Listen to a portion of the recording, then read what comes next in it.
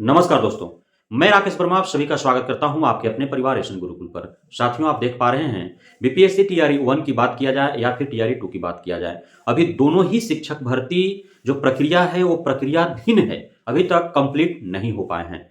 BPSC TRE 1 की यदि बात की जाए तो जिनका विद्यालयों में पदस्थापना हो गए हैं उनका थंब इम्प्रेशन, आधार आधार से आधार जांच और क्यूआर स्कैनर से क्यूआर कोड स्कैन करके जांच किया जा रहा है, अर्थात उनकी जांच प्रक्रियाएं चल रही है।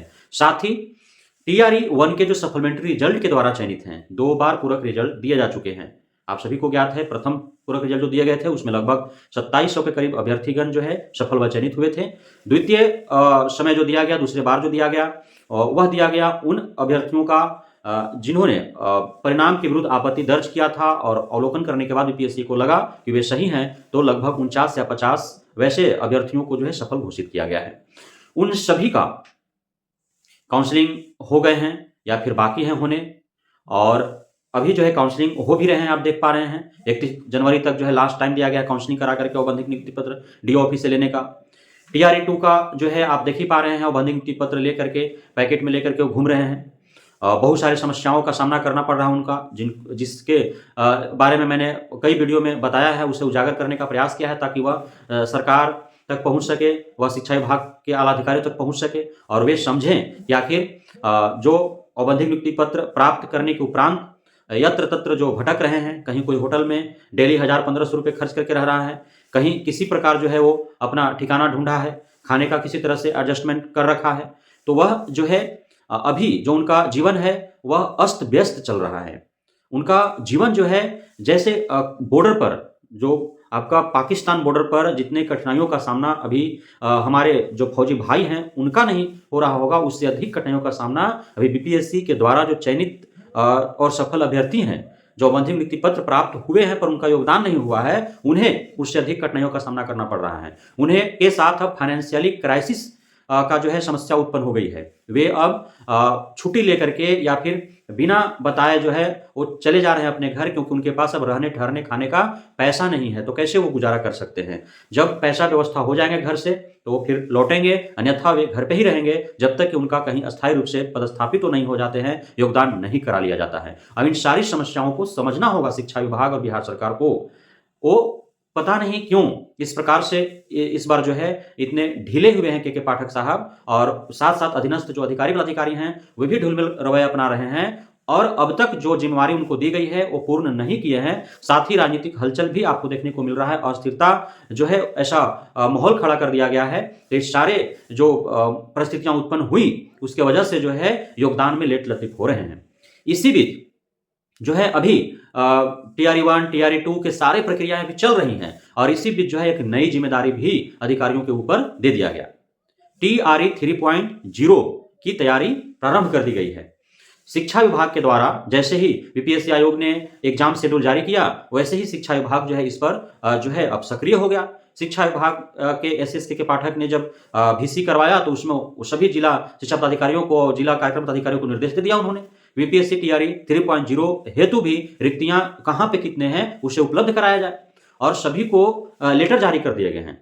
भाई लेटर ये निर्देश दिया गया है कि कितने नियोजित शिक्षक बीपीएससी टीआरई 1 और टीआरई 2 के द्वारा सफल व चयनित हुए हैं, ये सारे जो है ब्यौरा देने हैं। अब एक ही साथ टीआरई 2.0 या सप्लीमेंट्री रिजल्ट टीआरई 1.0 का जो सफल व चयनित अभ्यर्थी हैं जिनको औपबंधिक नियुक्ति पत्र मिल गया है या फिर जो काउंसलिंग कराकर नियुक्ति पत्र ले रहे हैं, उनका भी जो योगदान नहीं हुआ है और उनके योगदान हेतु रिक्तियां उपलब्ध कराए जा रहे हैं। कहाँ पे क्या रिक्तियां हैं, किस विषय में शिक्षक चाहिए, कहाँ पे पर्याप्त है, कहाँ पे अपर्याप्त है, ये सारे ब्यौरे भी मांगे जा रहे हैं। इसी बीच फिर एक जिम्मेवारी थोप दी गई है, तो पूरा अधिकारीगण हौच पौच में है। तो पहले कोई एक कार्य प्रारंभ हुआ है, उसको यदि सफलतापूर्वक संपन्न नहीं करा लिया जाए और उसके बाद दूसरी जिम्मेदारी थोप दिया जाए तो लेट लतीफ होंगे ही, तो एक बहुत बड़े कारण है। अब हम बात करेंगे टीआरई 3.0 को लेकर के कि तैयारियां तो अभी से प्रारंभ कर दी गई। अभी 24 अगस्त 2024 को परीक्षा होंगे। उससे पहले विज्ञापन की यदि बात करें तो विज्ञापन आपको लास्ट में देखने को मिलेगा। पूरा जून आपका आवेदन होंगे, पूरा जून और जुलाई आवेदन होंगे। एग्जाम से 10 दिन पूर्व आपका एडमिट कार्ड जारी हो जाएगा, अर्थात 10 अगस्त से के बाद ही आपको एडमिट कार्ड देखने को मिलेंगे और आपका लास्ट में से लेकर के 10 अगस्त तक जो है वो आवेदन और त्रुटि सुधार और आपका एग्जाम शुल्क पेमेंट ये सारे चीज होंगे। उसके बाद 24 अगस्त 2024 को आपका एग्जाम हो जाएगा। अब एग्जाम जो होगा वो 24 अगस्त से शुरू होंगे। जैसे टीआरई 2 आपने देखा कि कई दिनों तक एग्जाम चले, उसी प्रकार 24 अगस्त से एग्जाम शुरू होगा और कई दिनों तक एग्जाम चलेंगे, क्योंकि बहुत सारे सेंटर को ब्लैक लिस्टेड किया गया है। टीआरई 1 और टीआरई 2 में जो है धांधली सेटिंग देखने को मिला या संदेहास्पद की स्थिति में जो है उनको ब्लैकलिस्ट किया गया है। अब कम ही सेंटर पर जो है वो परीक्षा आयोजित किए जा रहे हैं, जो सेंटर विश्वसनीय है। इस वजह से कई चरणों में जो है वो एग्जाम कंडक्ट किए जा रहे हैं। तो 24 अगस्त 2024 से एग्जाम प्रारंभ होंगे और 24 सितंबर 2024 से परिणाम आने आरंभ हो जाएंगे। जब परिणाम आने आरंभ हो जाएंगे तो समझिए कि काउंसलिंग भी आरंभ हो जाएगा। एक तरफ से रिजल्ट परिणाम घोषित किए जाएंगे, दूसरी तरफ से काउंसलिंग होते चले जाएंगे। काउंसलिंग होगा, उसके बाद जो है आपको उसी बीच जो है आपको आपका डाटा एडिटिंग का, डॉक्यूमेंट री अपलोड का भी अवसर प्रदान किए जाएंगे, जैसे दिए जाते रहे हैं। काउंसलिंग हो जाएगा सफलतापूर्वक, उसके बाद औपचारिक नियुक्ति पत्र आपको प्रदान कर दिए जाएंगे और उसके बाद फिर विद्यालय में योगदान हो जाएगा। तो आपका अक्टूबर माह तक जो है आप विद्यालय में जो भी बीपीएससी टीआरई 3.0 से सफल व चयनित अभ्यर्थी होंगे वे सभी अक्टूबर माह से ही विद्यालयों में योगदान देकर पढ़ाना आरंभ कर देंगे। तो ये पूरा जो है कार्यक्रम इस प्रकार से है।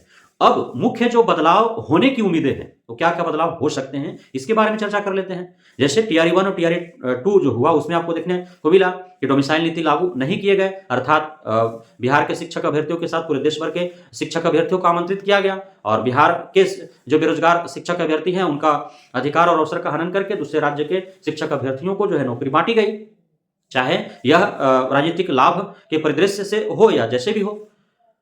उसके बाद आपने देखा नेगेटिव मार्किंग जो है वो टीआरई 1 परीक्षा से कुछ ही दिन पूर्व जो है वो हटाए गए थे, जिसको लेकर के जो है याचिका दर्ज है माननीय हाईकोर्ट पटना में। उस पर अब सुनवाइयां होंगी तो क्या कुछ आता है, क्योंकि टीआरई 1 और टीआरई 2 में आपने देखा कि दर्जन भर संशोधन हुए हैं और दर्जनों संशोधन के विरुद्ध आधा दर्जन याचिकाएं दायर हैं।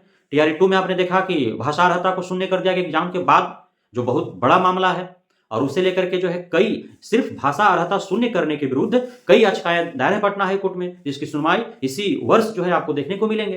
तो हो सकता है कि टीआरई 3.0 जब प्रक्रियाधीन रहेगा उसी समय जो है माननीय हाईकोर्ट का टीआरई 1 और टीआरई 2 को लेकर के कुछ अचंभित करने देने वाला, आश्चर्य कर देने वाला कोई फैसला आ जाए, ये भी हो सकता है।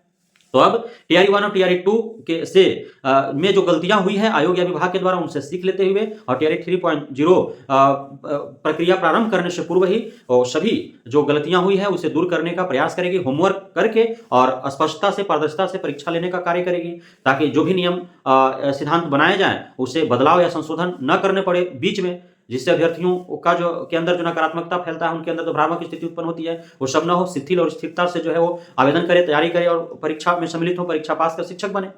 उसके बाद आपने देखा कि अटेम्प्ट की जहां तक सवाल है तो अटेम्प्ट 3 अटेम्प्ट होने की वजह से बिहार के जो हमारे अस्थायी निवासी हैं, जो शिक्षक अभ्यर्थी हैं, उनके साथ बहुत बड़ा समस्या उत्पन्न हो गया, जिसको लेकर के हमने आपको कई बार चर्चा किया है। तो इस 3 अटेम्प्ट की बाध्यता जो है वो बिहार के जो अस्थायी शिक्षक अभ्यर्थी हैं उनके लिए या तो अटेम्प्ट बढ़ाया जाए, नहीं तो फिर अटेम्प्ट ही इनके लिए अटेम्प्ट फ्री कर दिया जाए बिहारियों के लिए। यदि डोमिसाइल नीति लागू हो जाती है तब तो अटेम्प्ट हो, कोई दिक्कत नहीं है। लेकिन टीआरई 1 और टीआरई 2 में बहुत ऐसे अभ्यर्थी हैं लाखों की संख्या में जिनका 2 अटेम्प्ट समाप्त हो गए हैं, फाइनल लास्ट अटेम्प्ट जो है वो बचेगा टीआरई 3.0 के लिए। तो इस वजह से अटेम्प्ट में बढ़ोतरी होना चाहिए, डोमिसाइल नीति लागू करना चाहिए, कम से कम कक्षा प्रथम से 8वीं तक के शिक्षक भर्ती में डोमिसाइल नीति अवश्य ही लागू होना चाहिए। सिर्फ बिहार ही नहीं बल्कि पूरे भारतवर्ष में किसी भी राज्य में शिक्षक भर्ती होते हैं। तो जैसे झारखंड की सरकार को हम सराहना करते हैं कि उन्होंने इस कदम को बढ़ाया आगे और उन्होंने जो है डोमिसाइल नीति लागू करके सिर्फ झारखंड वासियों को ही कक्षा प्रथम से 8वीं तक में शिक्षक बनने का अवसर प्रदान किया। उसी प्रकार बिहार या अन्य राज्यों को भी करना चाहिए, क्योंकि कक्षा प्रथम से 8वीं तक के जो विद्यार्थी होते हैं उन्हें उन्हीं के अस्थायी भाषा में जो है उन्हें पढ़ाना पड़ता है। यदि आप अदर लैंग्वेज में पढ़ाएंगे, कोई हरियाणा, गुजरात, महाराष्ट्र, तमिलनाडु, केरल से आकर के, आंध्रा से आकर के, कोई हिमाचल और असम, नागालैंड से आकर के कोई यदि उन्हें पढ़ाता है तो नहीं समझ पाएंगे बच्चे। तो इस वजह से कक्षा प्रथम से 8वीं तक में डोमिसाइल नीति लागू होना चाहिए। नेगेटिव मार्किंग का जहां तक सवाल है तो कंपटीशन जैसे जैसे बढ़ेगा वैसे वैसे जो है सुधार आपको देखने को मिलेगा। कंपटीशन यदि अधिक हो जाएंगे, जब रिक्तियां कम होंगी, अभ्यर्थियां ज्यादा हो जाएंगे, तो फिर आपको नेगेटिव मार्किंग देखने को मिलेगा, क्योंकि कंपटीशन अधिक होंगे तो फिर उसमें कम ही लोगों को सिलेक्ट करना है, तो नेगेटिव मार्किंग आपको देखने को मिलेगा अवश्य ही। उसके बाद हमने चर्चा की आपको अटेम्प्ट फ्री होना चाहिए। बिहार के जो स्थायी शिक्षक अभ्यर्थी हैं उनके लिए अटेम्प्ट फ्री होना चाहिए। तो ये महत्वपूर्ण जो है वो बदलाव होने चाहिए। अपियरिंग को लेकर के है तो अपियरिंग को मौका नहीं दिए जाने का बहुत ज्यादा उम्मीद है, क्योंकि अपियरिंग को अवसर प्रदान कर देने से जो है बहुत सारे लेंदी हो जाते हैं प्रक्रिया और बहुत सारी अनियमितता और गड़बड़ियां हो जाती है। परिणाम घोषित करने में बहुत सारी कठिनाइयों का सामना करना पड़ता है। और यदि अपियरिंग को मौका दिया जाता है तो फिर जो है जो परिणाम घोषित करने का जो तिथि तय है उससे और आगे बढ़ जाएंगे, तभी जाकर फिल्टर आउट करके वो जो है और परिणाम घोषित करेंगे। हालांकि बहुत कम उम्मीद है कि अपियरिंग को मौका दिया जाए, क्योंकि जो है आपने देखा बिहार बोर्ड जो है वो अपना शेड्यूल जारी कर दिया, उसने एग्जाम कैलेंडर जारी कर दिया है। मई में ही जो है डीएलएड वालों का परीक्षा हो जाएगा और बीएड वालों का ही परीक्षा हो जाएगा और उनका जो है जुलाई में उनका रिजल्ट आ जाएंगे और तब तक जो आवेदन होते रहेंगे तो आवेदन आराम से कर देंगे। लेकिन जो दूसरे राज्य के जो शिक्षक अभ्यर्थी हैं यदि उनको मौका मिलता है तो, या फिर बिहार के शिक्षक अभ्यर्थी जो दूसरे राज्य से बीएड और डीएलएड कर रहे हैं, यदि ससमय उनका एग्जाम नहीं होता है, परिणाम नहीं आते हैं, तो फिर वो वंचित रह जाएंगे बीपीएससी 3.0 से में आवेदन करने से या फिर इसके आधार पर शिक्षक बनने से। तो अपियरिंगों को लेकर के असमंजस तो अवश्य ही है। नेगेटिव मार्किंग हो गया आपका, जो है डोमिसाइल नीति हो गया आपका, जो है अपियरिंग को लेकर के बातें हो गई। अब जो महत्वपूर्ण बातें हैं वो है वेटिंग लिस्ट। वेटिंग लिस्ट का प्रावधान आखिर क्यों नहीं बिहार सरकार कर रही है, जिसकी वजह से जो योग्य अभ्यर्थी हैं वे जो है डेट ऑफ बर्थ के कारण छट जा रहे हैं, वे जो है 1-2 अंकों से पीछे रह जा रहे हैं और जितनी रिक्तियां दी जा रही हैं उन पूरे रिक्तियों के विरुद्ध जो है और रिजल्ट नहीं दिए जा रहे हैं और उसके बाद मल्टीपल रिजल्ट दे दिए जा रहे हैं और उन सभी कारणों से जो उत्पन्न हो रही रिक्तियां उस पर फिर दूसरे जो सफल अभ्यर्थी हैं उन्हें अवसर नहीं प्रदान किया जा रहा है। तो इसमें सुधार अवश्य ही होने चाहिए और वेटिंग लिस्ट का प्रावधान बिहार सरकार को शिक्षक भर्ती में करने चाहिए। जिस प्रकार से बीएसएससी में है उसी प्रकार से बीपीएससी टीआरई में भी होने चाहिए। और supplementary result, first merit list, second merit list पर जो है अभ्यर्थियों का अधिकार होना चाहिए। उसे अभ्यर्थियों के हित में जो है first merit list, second merit list या एक से अधिक पूरक रिजल्ट जारी करने चाहिए शिक्षा विभाग और बीपीएससी आयोग को, ताकि जो रिक्तियां दी गई हैं उस प्रॉपर वैकेंसी में वो पूरी रिक्तियां जो है ये योग्य और सफल अभ्यर्थी हैं तो उनसे वो भरा जाए। तो ये प्रावधान भी अवश्य ही करने चाहिए। तो ये मुख्य जो बिंदु है जो आपको देखने को मिलेंगे और इस पर गंभीरतापूर्वक जो है शिक्षा विभाग को विचार करके और निर्देशित करना चाहिए बीपीएससी आयोग को, ताकि कुछ होमवर्क कर लिया जाए और जो टीआरई 1 और टीआरई 2 में जो गलतियां हुई हैं जिसके कारण काफी सारे परेशानियों का सामना करना पड़ा है, वो परेशानियों का सामना जो है टीआरई 3.0 में न हो और वो गलती को फिर जो है वहां न दोहराया जाए और निश्चिंत होकर अभ्यर्थीगण तैयारी करें और वे जो है स्वतंत्र माइंड से एक माइंडसेट जो उनके दिमाग में जो स्कीमा बनेगा प्रारंभ से वो अंत तक वही होना चाहिए, बीच में कोई बदलाव न होना चाहिए, क्योंकि बीच में बदलाव होने से जो है अस्थिरता उत्पन्न होती है। जो माइंडसेट जो रहता है अभ्यर्थियों के दिमाग में वो भ्रामक स्थिति उत्पन्न हो जाता है और तैयारी नहीं हो पाती है ढंग से जब बदलाव बीच बीच में होते रहते हैं। तो परीक्षा अच्छे जो योग्य अभ्यर्थी होते हैं, जो काबिल अभ्यर्थी होते हैं, जो बुद्धिमान और ज्ञानी होते हैं, उनका परीक्षा जो है सही नहीं जा पाता है और तुक्का लगा करके जो अयोग्य होते हैं या फिर फर्जीवाड़े तरीके से जो घुसने वाले होते हैं, जैसे सैकड़ों की तादाद में रोज भाग रहे हैं, पकड़े जा रहे हैं, छट रहे हैं, तो वो लोग जो है घुस जाते हैं और फिर जो एनसीएफ 2005 या फिर आरटीई 2009 या फिर एनईपी 2020 में जो गुणवत्तापूर्ण शिक्षा की जो बात कही गई है वो बात धरा का धरा रह जाएगा, वैसे ही सैद्धांतिक रूप से व्यवहारिक रूप से वो लागू नहीं हो पाएंगे। तो ये मुख्य बातें हैं बीपीएससी टीआरई 3.0 को लेकर के जो आप सभी को समझने की अति आवश्यकता थी, जो मैंने आप सभी के समक्ष रखने का प्रयास किया। तो बहुत बहुत धन्यवाद आप सभी साथियों का। हम अग्रिम बधाइयां देते हैं आप सभी शिक्षक अभ्यर्थियों को जो टीआरई 1 और टीआरई 2 के माध्यम से शिक्षक नहीं बन पाए, वो टीआरई 3.0 से वो अवश्य ही शिक्षक बने। तो हमारे साथ बने रहने के लिए, जुड़े रहने के लिए, हमें इतना प्यार देने के लिए, हम पे भरोसा बनाए रखने के लिए आप सभी को तहे दिल से शुक्रिया। जय हिंद।